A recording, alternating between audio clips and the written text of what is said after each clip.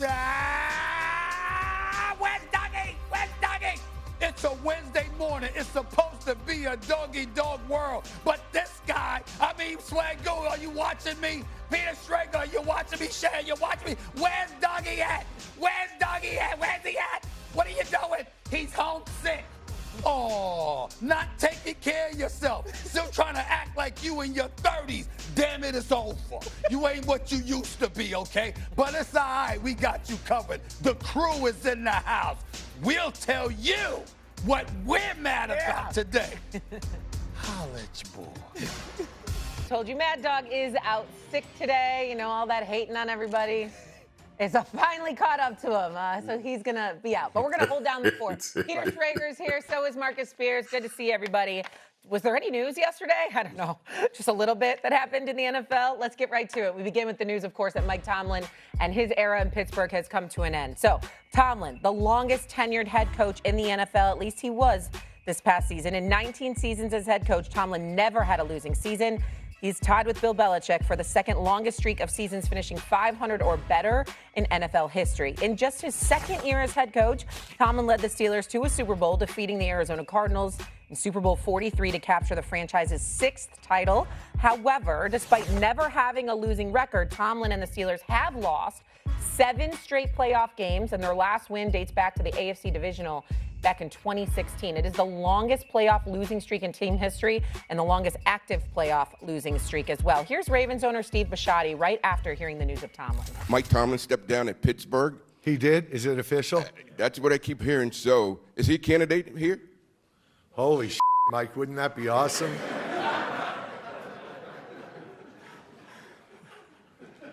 Only if John takes the Pittsburgh job.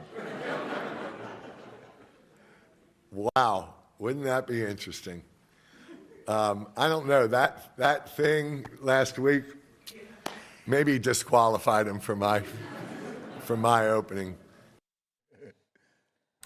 Come on, Steve. That's what did it. That's what really took him off the list. So it is odd, right, having both the Ravens and the Steelers no longer having the longest tenured head coaches in their respective positions. And so now we react to the news that there will be no more Mike Tomlin in Pittsburgh. He steps down. Was that the right decision? It was the right decision. It was the right decision.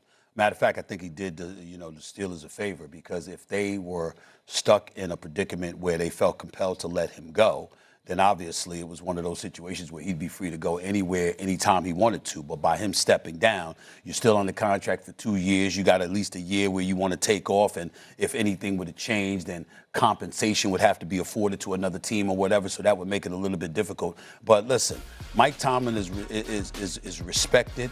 He's revered by people like myself and various others in the industry who appreciated his candor, his honesty, his leadership capabilities, his willingness and ability to hold people accountable. We got all of that. But from a football standpoint, to act like we're surprised that this happened, those are clearly people that are not watching football. Yes, you had 19 straight winnings, better than 500 seasons, 500 or better seasons. We understand that. That's an NFL record. 193, 114, and 2 over his career. 63% of the games he actually won. 12 double-digit winning seasons. All of that's true, okay? But it's also true that you haven't won a playoff game since 2016, that you're 0-7 since that span. That coming into that 7th loss on Monday night, where me and Swagoo was damn near hugging one another because we were freezing our bones off, and we needed all the help we could get, attaching ourselves to heat. You got me sitting on the bench with the heat on, for crying out loud, looking for all the heat I could get. Coming into that game, just to put it in perspective, the Steelers hadn't won a game since 2016. They were outscored 73-0 in the first quarter of playoff games that they had lost. They had been outscored. They had faced at least a 20-point deficit in every single one of those playoff games. This was coming into Monday night, and then you ended Monday night losing by 24, getting outscored 23-0 in the fourth quarter. Have it being the greatest home loss, the largest home loss deficit that the Steelers have ever suffered. So that is the reality. And when that's the reality, as he would say, the standard is the standard. Mike Tomlin's going to get a head coach somewhere else. Most teams would be lucky to have him. There is no doubt about that.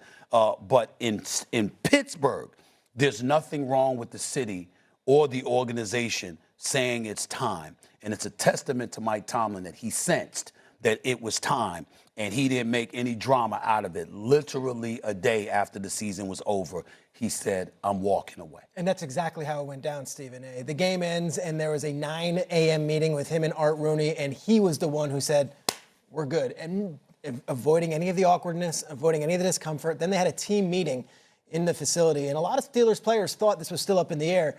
He informed them that he's no longer going to be the coach. I will tell you this, it's so rare in sports to get this.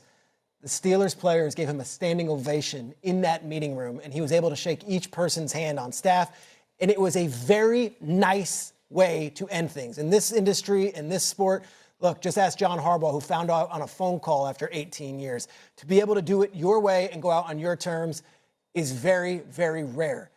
Now it's what's next for both sides. What's next for the Steelers, but what's next for Mike Tomlin? I'll tell you this. Having worked at Fox for the year that Sean Payton was out of football and took a year off and used that year to study all the other teams in the league, to be able to get some outside perspective, to be able to sleep in some mornings, to be able to have a life with his wife. Those are things that these coaches do not get benefit, especially at this point in their lives. Mike Tomlin is going to use next year to survey the rest of the league, to pick the brains of others, and to get a perspective outside of Pittsburgh, which he hasn't had for the last 2 decades. This is a phenomenal coach. This is one of the best coaches this sport has ever seen. It could also be true that it was time. And that Tomlin, to his credit, was self-aware enough to say, let me be the one to make this happen, as opposed to making this an awkward conversation with Art Rooney and the city of Pittsburgh. Swag? Yeah, the first thing is when you leave a situation, it doesn't have to be bad or on bad terms. The point that Schrager was making. And I think Mike Tomlin, one thing we've always kind of marveled at him, and we talk about his pressures and the things that he say is he knows self. He's a guy that knows who he is. And I think this decision obviously wasn't easy after being in the place for 19 years and having the success. First, let me say this. Mike Tomlin's going to be a Hall of Famer. He's a Super Bowl champion. He's one of the coaches now that's going to be recognized with one of the staples of the NFL in the Pittsburgh Steelers. Those fans, those players, us in the media, we owe him a debt of gratitude for how not only he carried himself, but how he managed everything. And that's why so many people will be clamoring for him to work at their network. Come on over here, Mike T. We got you, bro. We got a very warm seat, phenomenal cameras and everything. You can get off and say what you need to say. Yeah, all of the above. But ultimately, this decision for Mike Tomlin, I think, lays into the words that Schrager just spoke about being able to take a reprieve and step away from the game and enjoy a little bit of life. And remember, y'all, when Sean Payton came back, because that was the reference that I was going to use, he was in position to make a lot of decisions. And let's not forget the elephant in the room. The Pittsburgh Steelers have not been able to get the quarterback situation right since Ben Roethlisberger left. They've tried, they've patchworked it, they've tried to figure out who would be the guy. They drafted Kenny Pickett thinking he could potentially be the franchise guy, and that position never got to the point where it was comfortable enough for a coach to really feel like he could make a run in the playoffs. So I get the playoff losses, and I understand when we talk about the record. But the reality is they never had a guy at that position that was good enough to take them on a playoff run. You think about when we talked about the Pittsburgh Steelers going into the playoffs, would the defense make enough plays? Would they be able to hit a couple plays in the game? Just last night I'm talking about, just Monday night. Would they be able to make a couple plays on offense in order to try to advance to the next round? And I knew the juggernauts that they were facing with the Houston Texans. But if you think about the history, it's been a repetitive thing. Can they make enough plays on defense? This is a defense-led team. And obviously that's Mike Tomlin's expertise. But the reality in this league is you can't win a Super Bowl if you don't have a guy at that position playing at a high level, above average level. And I think some of that decision for Mike Tomlin, I can't help but think that played into this never-ending cycle of not being able to get that position right. It clearly played into it from the standpoint that you didn't have a quarterback since Big Ben Roethlisberger good enough to get you over that hump. But we've seen plenty of teams with suspect quarterback play that won at least one playoff game. And so that's where that comes in. And here's the interesting twist, Swagoo and Peter specifically, that we have to really, really monitor here. See, this is the part that we don't know. We've never truly probed how much power Mike Tomlin had. We knew he was the coach. We knew he was the face. We knew he was the voice.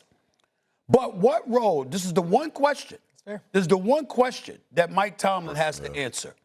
What level of power did you have when it came to finding the quarterback? Because, again, it was Cobra, if I remember correctly, before Omar Khan, right? Years and then He Cobra, right? So the point is, at some point in time, we assumed it was him, and then we assumed it was Khan. But if you're Mike Tomlin and you have significant cachet, then when we're talking about the Steelers' inability to find a quarterback, when you're giving us Mason Rudolph, when you're giving us Mitchell